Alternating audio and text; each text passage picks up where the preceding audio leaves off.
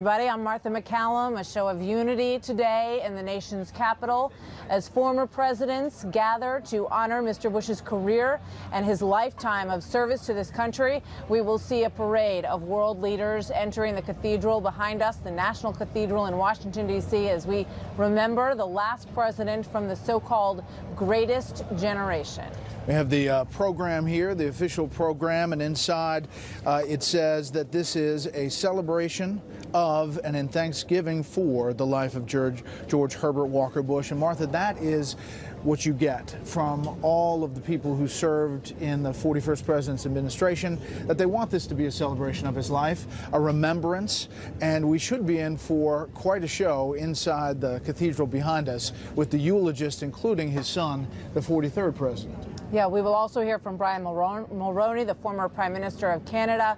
John Meacham, his biographer, will be speaking today as well. So it's going to be obviously a comprehensive look at the look back at this extraordinary man. And it's always interesting. I think in history, you generally reflect back on presidents with affection, and that's what we've seen pouring out over the past several days.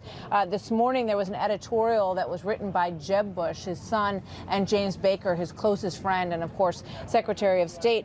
And in it, James Baker quotes the poet Yeats, and he says that President Bush 41 quoted this often. He routinely quoted the verse of William Butler Yeats, "Think where a man's glory most begins and ends, and say, my glory was I had such friends." And we're going to see, I think, a beautiful gathering of those friends today for George Herbert Walker Bush. Logistically, the body will be transferred from lying in state in the Capitol Rotunda, where we have seen this outpouring from citizens from around the country, as well as people who work for the 41st President. Over there yesterday talking to Brad Blakeman, who said, I said, how is this going? And he said, it's going exactly as President Bush would have wanted. On time, exactly who he wanted to be with, and some emotional moments in the Capitol Rotunda, particularly former Senator Bob Dole standing up and saluting the casket. That was an extraordinary moment, and they had so much in common. Obviously, they ran for the nomination of their party against each other twice. Bob Dole, 95 years old. President Bush, of course, was 94 when he passed. But the same sort of spirit, to be in the wheelchair and say, I'm going to not only attend, but I'm going to get up and I'm going to salute my friend and the former President of the United States. That was just really, I think, a moment that we will all always remember as we look back on truly the greatest generation of this country. And if there's anything bittersweet about today, there are a lot of things, but it's that we are witnessing, I think, the end of that generation. And there you see the shot of Senator Dole saluting the casket. You know, the images that we'll see today here at the Washington Cathedral, we've unfortunately just seen with the funeral of John McCain. Obviously in April, the funeral of Barbara Bush, not here, but saying goodbye to her as well. Let's talk about all of this with our colleague, Chris Wallace. Chris is the anchor, of course, of Fox News Sunday and is in our D.C. bureau. Chris, your thoughts on this day? Well, you know, an event like this really is kind of a statement, Brett and Martha, by the country, what they think of the person that we're saying farewell to, and to a certain degree by the deceased, because if it's a president, he has played a big role in planning his own funeral. That may sound a bit macabre, but that's one of the honors that's extended to any president, that he plays a big role and often decides who are going to be his eulogists, what music is going to be played, what readings are going to be given, and obviously because he lived to the ripe old age of 94, George H.W. Bush had a lot of time to plan this. So on the one hand, it's us saying goodbye to George H.W. Bush, Bush 41, but it's also him saying goodbye to us. And you talk about the ceremony. We do know the eulogist. One you didn't mention that I'm particularly looking forward to is Alan Simpson, the former senator from Wyoming, who was a very close personal friend of George H.W. Bush, and laugh out loud funny. And I assume, even on a solemn occasion like this, that there are going to be moments in his eulogy that are going to be acerbic and funny and irreverent. And the fact that Bush 41 wanted him to speak at this august occasion is a statement that President Bush wanted that and wanted that message as part of his farewell. You know, Chris, this is the majesty of state. This is about as much pomp and circumstance as Washington can muster, other than an inauguration. And we've just seen it, but to hear the Marine Corps band, to hear the Navy choir, to see these images in the Washington Cathedral, it is something special. Oh, absolutely. It was interesting. During one of the events, I think it was when Bush 41, his remains were put on what normally would be Air Force One. Instead, it was Special Air Mission 41, because the president, when he's not on board the plane we think of as Air Force One, it's never Air Force One. And General Keane, our colleague, friend, former vice chief of staff, was talking with great pride about how beautifully the military did it. And that's something that I think that obviously military men, but the whole country takes pride in, the fact that we are able to carry these events off with a sense of precision, majesty, as you mentioned, exactly on time. And I suspect we'll see a lot of that today. It'll be a lot of heartfelt sentiment. It'll also be a lot of spit and polish, and it shows what this country is capable of when we all gather together, unify, in a common purpose, in this case, to say goodbye to a great American. Chris, one of the things that strikes me when we watch this group as they're starting to head into the cathedral this morning is the Bush dynasty. You know, we all sort of grew up with Bush 41 and then 43, of course, and you look at these families in American history. The Kennedys come to mind, and the Bushes, certainly. Not every president, when they pass, has this sort of generational relationship with the country, and Bush 41 is the patriarch of a true legacy in American politics. Well, I mean, think about it. There are only two families that have produced two presidents. The Adamses, back in the late 18th century, early 19th century, and the Bushes. And we're going to have an extraordinary experience today. I don't know. I wanted to do the research, and I haven't. Maybe you guys have, as to whether or not John Quincy Adams delivered a eulogy at the funeral of John Adams. But we're going to see something, certainly that for the first time in our lifetimes, which is a president of the United States, George W. Bush 43, delivering a eulogy to one of his predecessors in office, Bush 41, who's not only a former president, but also his dad. And there's no question that'll be the emotional high point of this day, and an historical landmark, if you will. Yeah, our research team, the Brain Room, says no. Okay, well, we talked about it. Apparently he wasn't aware that his father had passed. You know, due to the lack of communication in those days, he didn't even realize that his father had passed, and I believe he did not even attend his father's funeral. So that, you know, obviously this is going to be an extraordinary moment. And then you add to the family, you've got Jeb Bush, governor of Florida, Bush 41's father, who was a state senator from Connecticut as well. Just an ongoing legacy of service to the country as we watch the crowd as they begin to move in here. We are joined here on the set by Dana Perino, anchor of the Daily Briefing. Dana, of course, was press secretary for President George W. Bush. Dana, great to have you with us this morning as we head through this journey, look back and celebration, as we said, in the life of 41. This is one of my favorite places in Washington. It's one of the nation's great treasures. If you come to Washington, if you don't leave the mall area, you wouldn't know it's here, but it is such a beautiful place and a fitting place to have a state funeral. And of course, as we were watching the crowd go through, and a lot of those people obviously worked for 41. A lot of the staff helping worked for 43, and I see them back here and waving to them because it's a celebration of his life. There's their immediate family, and then there's the Bush family, the Bush Republican family, and it's really wonderful to be here, and it turned out to be a beautiful day as well. There are the Maine folks, there's the Houston folks, yeah. There are the administration folks. He touched a lot of people throughout his lifetime, and most of them are in this building behind us today. Yesterday, I posted on FoxNews.com an article that it was from a former CIA officer. He just retired. He didn't want to reveal his name, but he told me his story. So as told to me, I wrote his story out. He was a young CIA guy, wasn't really fitting in with anybody else. He's a self-admitted jerk, and he's at the lunchroom. He's like to sit by himself. And one day he sees this shadow over him, and he looks up, and it was the director, George H.W. Bush, and he says, "May I have lunch with you?" Sure, of course. So he sits down and he goes to introduce himself. He says, "Oh, I know who you are. and let's talk about you.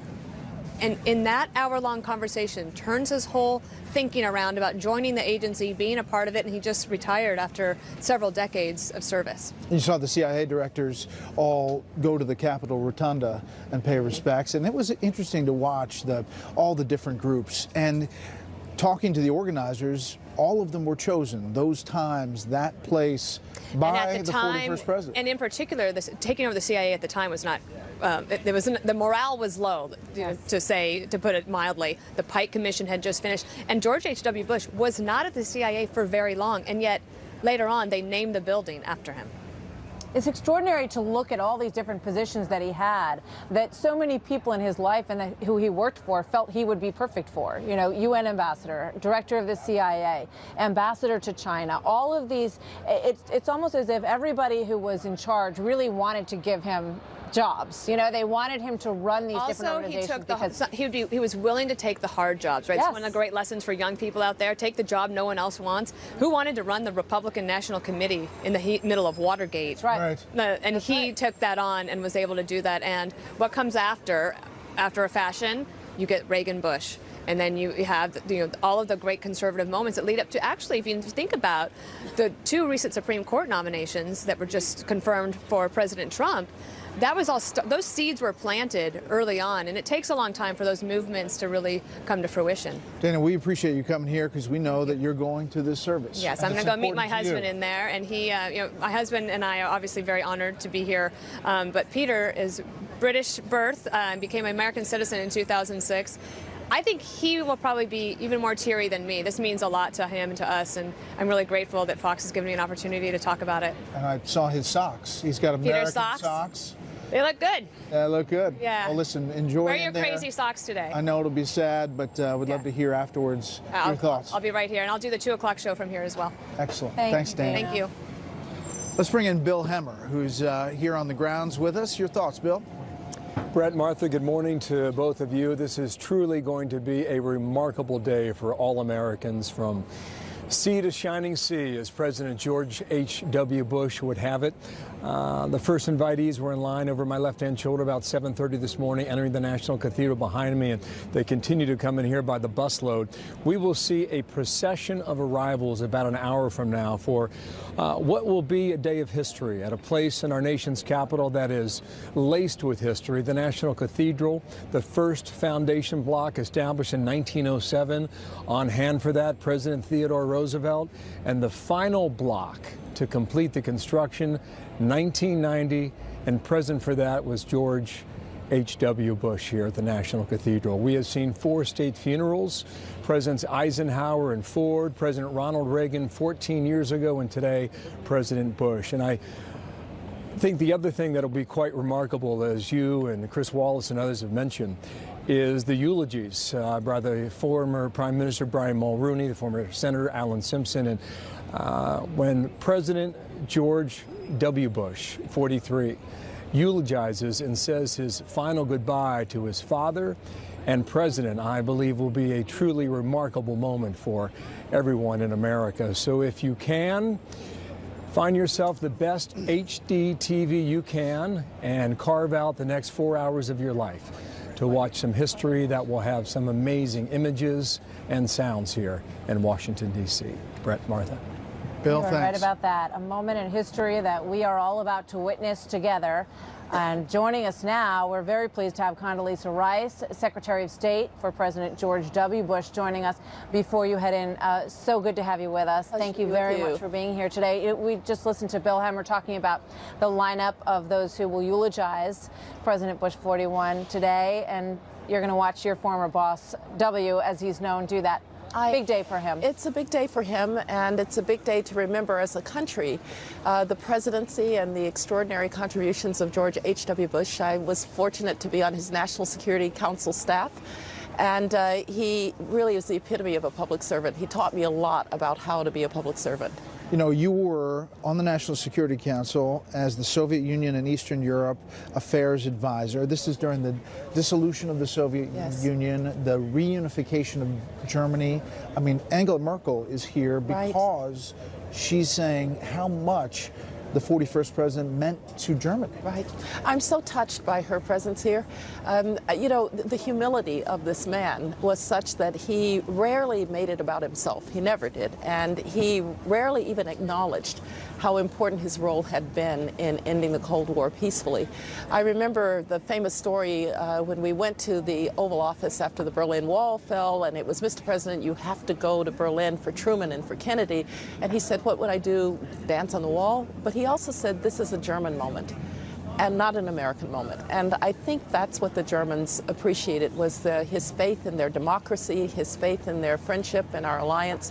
And he managed to ease a great superpower to its end without really rancor or without danger, and that's extraordinary. It's fascinating because he also pointed out that he didn't want to rub it in the face of Gorbachev, and he didn't want to put him in a difficult position with the sort of iron guard of the Kremlin rebelling against that. And also with regard to the reunification of Germany, that was something that Bush 41 really nudged before some other leaders were quite ready for it. Not only leaders, but his staff. I remember when he said, well, Germany ought to unify, and we didn't yet have a position as a government on German unification. And Brent Scowcroft said, well, I guess we do now. We're for it. And then we could work to bring others along. And it's really important to remember that for Margaret Thatcher or for Francois Mitterrand, who had been children during the war, it was hard to imagine a unified Germany that could be a peaceful and democratic Germany. And George H.W. Bush really led them to that place through his personal diplomacy, through his reassurance, through his lack of wanting to dance on the grave of the Soviet Union. He allowed Gorbachev to take really difficult decisions along the way. And so we just can't overestimate the role that he played at that time. And we're talking this week about his accomplishments, both in foreign policy and during his whole term domestically. But a lot of what we're hearing are the stories about his humanity, the stories about the people that he touched that didn't think that they were going to get the letter or the attention or something like that. Yes, he was the consummate personal touch person. He believed in it.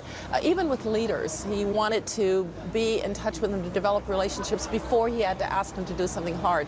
And it is, to my mind, totally fitting that one of his great domestic achievements was the Americans with Disabilities Act, because it spoke to his compassion. It spoke to his humanity. I'm also just always amazed at how friends around this family from decades and decades and decades ago. That says a lot about who the Bushes are, and my old boss, George W. Bush, very much made in that mold. But this was the patriarch of a great family, and he and his generation are going to be missed. He also liked to ride his boat really fast. With Putin and his security guard in it, he got a kick out of being able to do those things later in his life as well, yes, right? And jump out of airplanes. He never stopped living, and that's the one great thing we can celebrate in this life. This was a life really well lived. He loved to serve the country. You, like him, served in a number of different jobs: National Security Advisor, Secretary of State. Think about going back in? No, thank you very much. I've done my part. And in some ways, this is a reminder that you get your time to try and serve the country. You do your very best. You make your mistakes, because human beings do.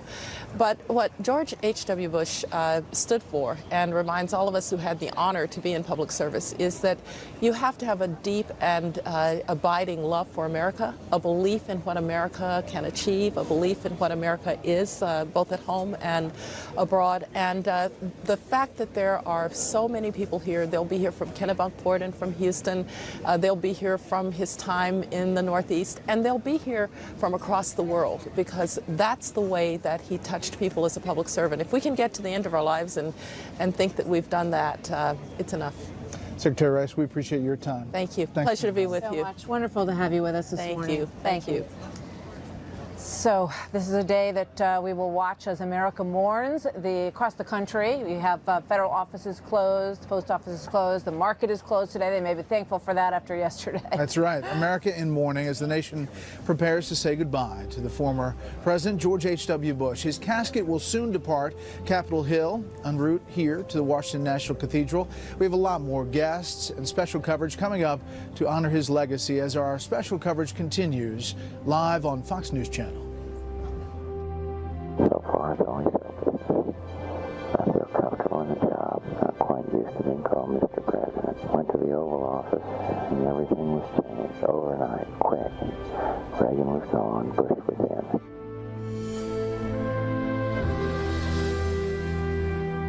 in. This program. State Sergei Kislyak. The information that Flynn provided to Mueller's investigation as part of that cooperation deal is spelled out in an addendum to the sentencing memo. Much of it is redacted, but a couple of things that we can glean from it. First of all, Flynn participated in 19 interviews with the special counsel's office and Department of Justice investigators. He assisted in a criminal investigation. We don't know what it is, but so far we don't know of any criminal investigation regarding the president. The criminal investigations have involved Paul Manafort and Rick Gates, Michael Cohen, George Papadopoulos, the Russian hackers, and a couple of related individuals. Flynn also insisted in the collusion investigation by providing information about his contacts with the Russian ambassador, the content of which we have known for a long time. There is one very large redacted section that starts off saying Flynn provided useful information concerning, and then the rest of that is a mystery, so we don't know what's involved there. One other hit that we can take from this addendum is that there may be more to come, because citing his cooperation, the special counsel says some of that benefit may not be fully realized at this time because investigations in which he, Flynn, has provided assistance are ongoing. Sharp reaction from the president's legal team to this last night. Rudy Giuliani telling Fox News that the offense and the sentencing recommendation amounts to a crime of spitting on the sidewalk with major repercussions for many. Giuliani says there's nothing in the sentencing memo to suggest collusion and denounced the Mueller team's treatment of Flynn by saying that they are a group of overzealous media-inspired prosecutors. They are sick puppies. The president also very upset with the way that Mueller has been treating people like Michael Flynn and Paul Manafort. And to bring this all back around to you, I saw Rudy Giuliani entering the National Cathedral in a shot just a couple of minutes ago. Here on Pennsylvania Avenue, the German Chancellor Angela Merkel paid a visit to the Bushes at Blair House a short time ago, and I could see from my vantage point the motorcade assembling, getting ready to transport the Bush family up to Capitol Hill, and then the funeral procession will pass back along in front of the White House later on this morning. Brett, Martha? John Roberts live on the North Lawn. John, thanks. Let's bring in Chris Wallace, who is back in the studio. Chris, your thoughts on the news that we got last night as this sentencing memo for General Michael Flynn was released? Obviously, everybody going through that with a fine-tooth comb today. Yeah, it's a little hard to go through it because, as somebody said, all the good parts are blacked out. But obviously, it must be concerning to the Trump legal team. We don't know exactly what he said. We don't know really at all what he said. But the fact that there is so much there that's blacked out, and also Mueller's reaction, which is to say that Flynn provided substantial assistance in 19 interviews, so much so that they have asked for no jail time for him at all, means that they think they got a lot out of Flynn, and they're responding in kind. So this is substantial. I think one of the other points is that Flynn, by pleading guilty so early and cooperating so early, the Mueller team said led other people to basically flip and to begin to testify, and that was also helpful in the investigation. And this gives you an indication just how much we don't know. Michael Flynn was the president's top foreign policy advisor throughout the campaign. We do know that he had that meeting with Sergei Kislyak in December of 2016. So we really have no idea what he is telling the special prosecutor, but it must be substantial or he wouldn't have gotten this recommendation for no jail time at all. We'll see what we learned today. Full coverage on Special Report on the story tonight. Chris, thanks. We'll be back in just a bit as our special coverage of this funeral service continues. President George H.W. Bush's casket about to be moved from the Capitol Rotunda, escorted from the Capitol here to the National Cathedral. Karl Rove here with reflections on the 41st president's life and legacy next. We managed humongous historical change capsulized into a 4-year period with finesse, I think, with strength. We were faced with major foreign policy problems, and I think we conducted our... George H.W. Bush. This after yesterday's massive sell-off, the Dow plummeting nearly 800 points. The last time the markets closed to honor the death of a president was for Gerald Ford back in 2007. You know, one of the things that we talked about are all the people who worked for the 41st president who had this special feeling. I'm wearing this flag pin. This is the Secret Service flag pin. And the Secret Service tweeted out yesterday, everyone's thoughts are on President Bush, and we wanted to share a memory. In 2013, Timberwolf, that was his name, learned that a 2-year-old son of an agent on his detail was diagnosed with leukemia. The detail was going to shave their heads, and you can see what happened in classic 41 manner. He shaved his head, as did all of his Secret Service detail, and you talk to those folks, every person, to a person, says the humanity, the humility, and the honor of the 41st president was something that they truly couldn't even behold. A lot of them will be here today, and they are in the second car behind the casket as it will make its way here to the Washington Cathedral. I mean, it's an amazing legacy of love and of feeling other people's pain without really wearing it on his sleeve. You know, it was often that behind-the-scenes gesture, and, you know, sometimes people do nice things to get credit for them, and he was not of that ilk. Karl Rove joins us now, former White House Deputy Chief of Staff to President George W. Bush and a close family friend, obviously, of all the Bushes, and a Fox News contributor. Karl, wonderful to have you with us on this really special day. Really special. Great moment in American history. One president eulogizes another president, and it's his father. Yeah, what about this moment, and particularly that eulogy? For 43, he's obviously been working on it for quite some time. Obviously, they knew this day would come. Talk about that and his thought process. Well, I talked to him Saturday, and he has been working on it for a while, and he's done it alone. He said, I don't want a speechwriter. I want this to be the expression of my heart about my father. And so I'm looking forward to it today. I think it'll be intensely personal. I think it'll be funny at points, poignant, but it's going to be an expression of him about his father. You were talking about the outpouring that you expect in Texas as well, the students there. And it's so interesting because when he was president, it was always discussed how patrician he was, that he was a New Englander, that he had gone to Andover and Yale, but he adopted his home state as Texas in such a complete way, Karl. Yeah, look, like a lot of people in our history, he came from the East and lit out for the West to start a new life. I mean, think about it. He goes to Phillips Andover, goes to Yale. His father is a big muckety-muck with the then the biggest financial firm in America, Brown Brothers Harriman, and he could have easily slid into that life. And instead he goes and becomes an oil field tool salesman, first in Bakersfield, California, and then shortly thereafter Odessa, Texas, and Midland, Texas. Lives a modest life and learns the oil business from the bottom up so he can start his own oil company. And so he's a Texan. He may have been, he was born in Milton, Mass, but he got to Texas as soon as he could. You know, we're talking about the pomp and circumstance here, but there's going to be pomp and circumstance there that has been planned out as well. Well, first there'll be the service at St. Martin's, which they attended, which the Bushes attended. The rector there is a friend of mine, Russ Levinson. He has been an enormous source of spiritual comfort for the Bush family for years.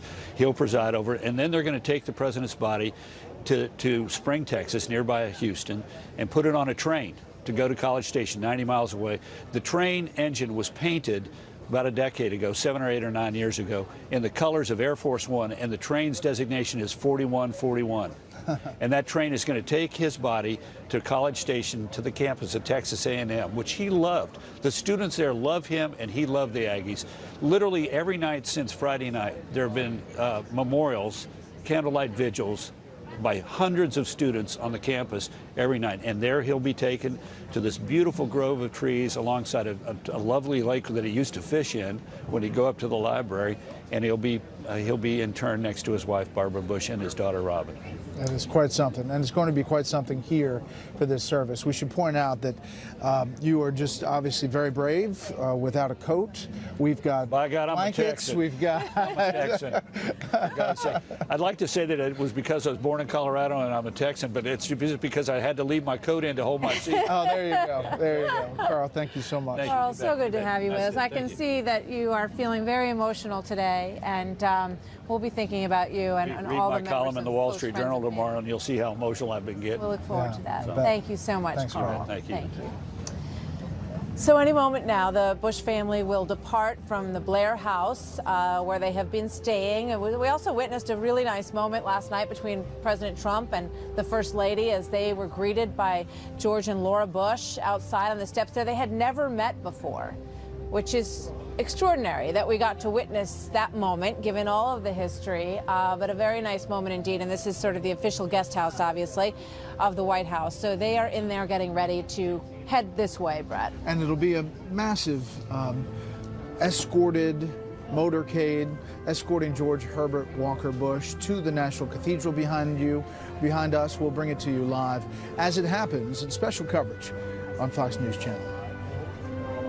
You can see I'm hobbling down the hall with my cane. People say, look at this old idiot. They think he's going to go out and make a parachute jump. I am. Just because you're an old guy, you don't need to sit around sucking your thumb drooling in the corner. Old guys can still do stuff. And it brings out the fact that old people can still do interesting things, scary things, exciting things.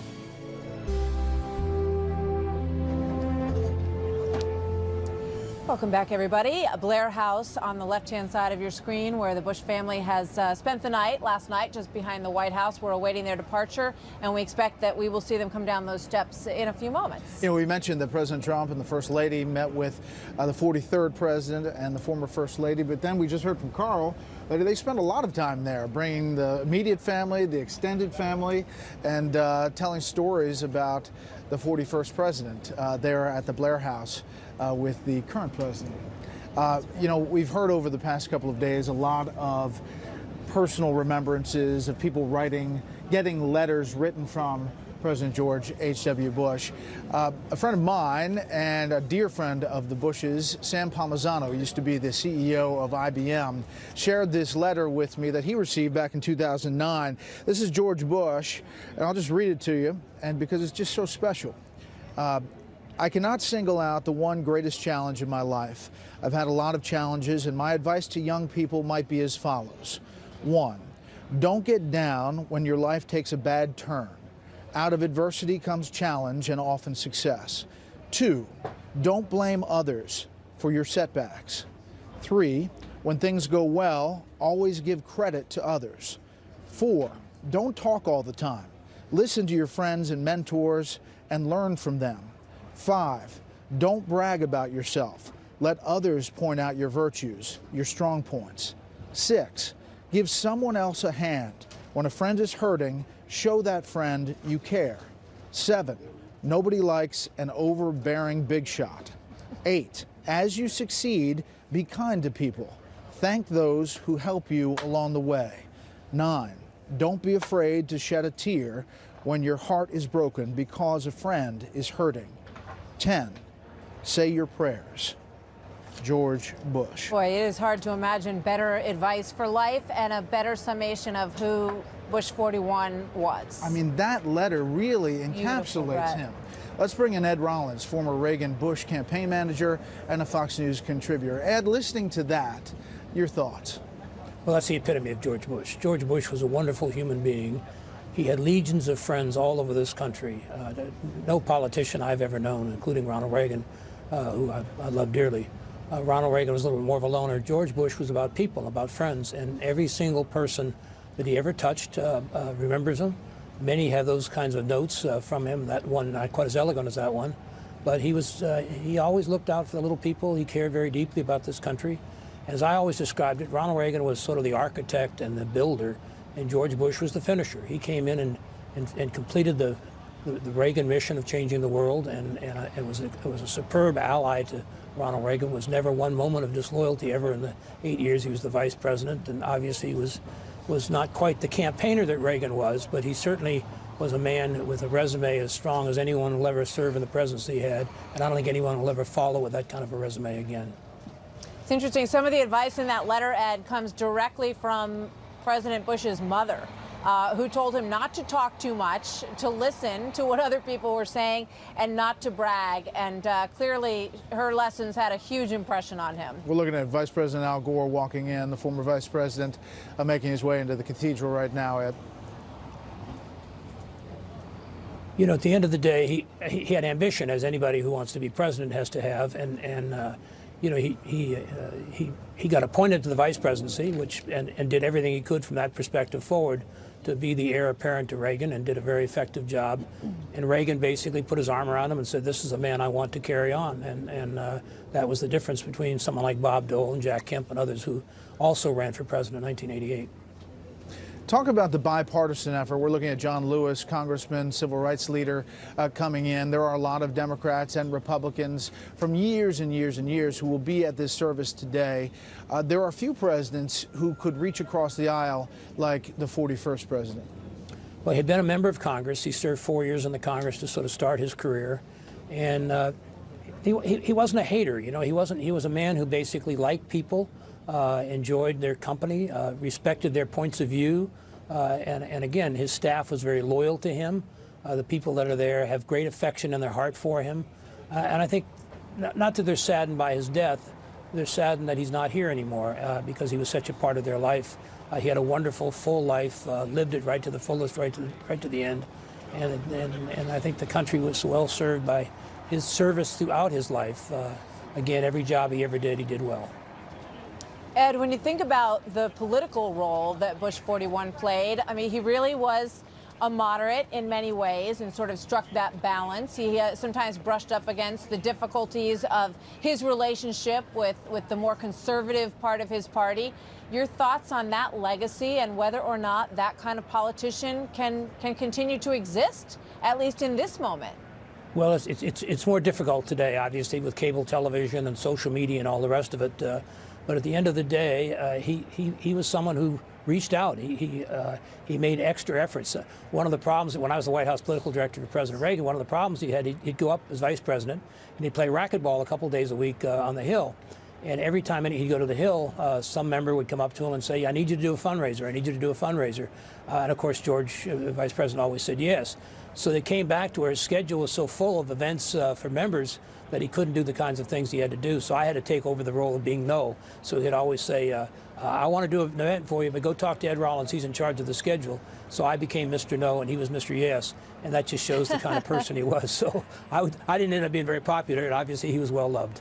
The good cop, bad cop routine. Absolutely. Ed, thank you very much. Thank you, Ed. We're looking live outside the Blair House, right across from the White House, where the Bush family is now, as you can see, mobilizing to get into the motorcade to escort the casket from the Capitol Rotunda here to the Washington Cathedral. You know, as we look back into the Washington Cathedral, you know, there are these amazing conversations that are going on before this service starts. One of them we just saw, which was with the National Security Advisor currently, John Bolton, and the former Vice President Dick Cheney. Yeah. And you kind of want to listen in to see what they're talking about if we could, but we can't. So let's bring in Chris Wallace instead. Chris, your thoughts? Well, that's kind of a pale substitute. You know, it is interesting, and I was looking at that same picture as you guys were, and just as a matter of reality, it isn't either good or bad. It just is. Funerals, particularly big funerals, especially state funerals, are kind of social occasions in Washington, which isn't to say that there aren't genuine emotions and people don't feel badly about the passing of George H.W. Bush, but it is an opportunity for people to get together, sometimes from different generations, sometimes from different parties, and particularly this period of time now, which is going to go on for a while before the ceremony actually begins. They mill around like they would at a cocktail party, and they exchange talk. Sometimes it's pleasantry, sometimes it's reminiscences, sometimes it's real business. A couple of other perceptions that I've had watching our coverage today. One is that the general sort of read on George H.W. Bush was that he was famously not introspective, and that if you asked him some kind of psychological question, he would say, oh, you're trying to put me on the psychiatrist couch, and, you know, he dismissed the vision thing. The fact of the matter is, I think he's one of our most introspective presidents. You've been playing some of the interviews with him where he very much analyzes what he thought they did right, what they did wrong. You also played a clip earlier. John Meacham, one of the eulogists today, his biographer, wrote a wonderful book called Destiny and Power, and President Bush handed over to him his verbal diary, an audio diary. He kept a diary throughout his presidency, and sometimes in the middle of the night he would sit there and talk into a tape recorder and say what his feelings were. You played one earlier where he had just become president, and it's very raw, and you hear this before he sends troops into war and how much trouble he was having sleeping before the Gulf War. There are a couple that are just just so heartrending after he loses in 1992. He was a deeply introspective man, and I think shared his inner thoughts with historians, with his inner circle, and now with the world more than a lot of presidents did. One last point I want to make about this moment.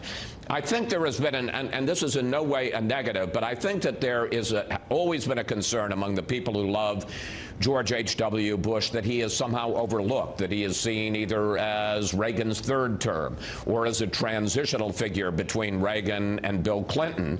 And you've seen the people that were closest to him at great pains to make the case for George H.W. Bush and that he was a historic figure in his own right. We had James Baker, his Secretary of State, and perhaps his best friend. They were friends for 60 years on Fox News Sunday this last week, and he said, I think he was the greatest one-term president of all time. And I think there's an effort, and a perfectly legitimate effort on the part of the people closest to him to say he doesn't just stand after Reagan or before Clinton, but he was a very consequential president in his own right. And, you know, this may be one of the last chances that the Bush team gets to make the case for 41, because obviously life will move on and we'll be focusing on other things.